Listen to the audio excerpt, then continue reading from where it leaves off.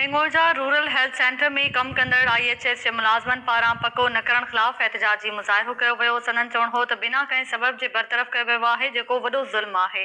केतिरे ई अरसे खां इस्पतालुनि में कमु करे रहिया आहियूं, तंहिं बावजूदि रेगुलर नथो कयो वञे। हिंगोजा मां टाइम न्यूज़ जो रिपोर्टर अब्दुल जब्बार चांग असां सां लाइन ते मौजूदु आहे। जी अब्दुल जब्बार चांग।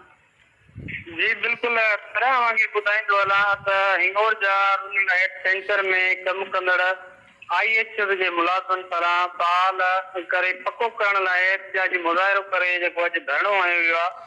IHS जे बरतरफ़ कयल मुलाज़मनि नौकरियुनि जी बहाली रेगुलर न करण लाइ हिंगोजा रूरल सेंटर जे अॻियां आदो डॉक्टर रफ़ीक कुमरो, डॉक्टर मुख्तियार वसाण, डॉक्टर सफदर भुट्टो, ज़फर वसाण, नवाज़ कुमरानी ॿिनि जी अॻुवाणी में एहतिजाजी मुज़ाहिरो करे धरणो हयो वियो।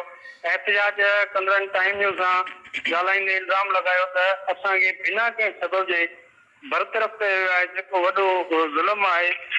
केतिरे अरसे खां इस्पतालनि में कमु करे रहिया आहियूं। हिननि चयो त IHS जे मुलाज़मनि खे बहाल करे रेगुलर कयो वञे, ॿी सूरत में असांजो ई जेको एहतिजाज इहो जारी रहंदो। जी ताहिरा। महिरबानी अवां जी अब्दुल जब्बार चांग तफ़सील ॾियण लाइ।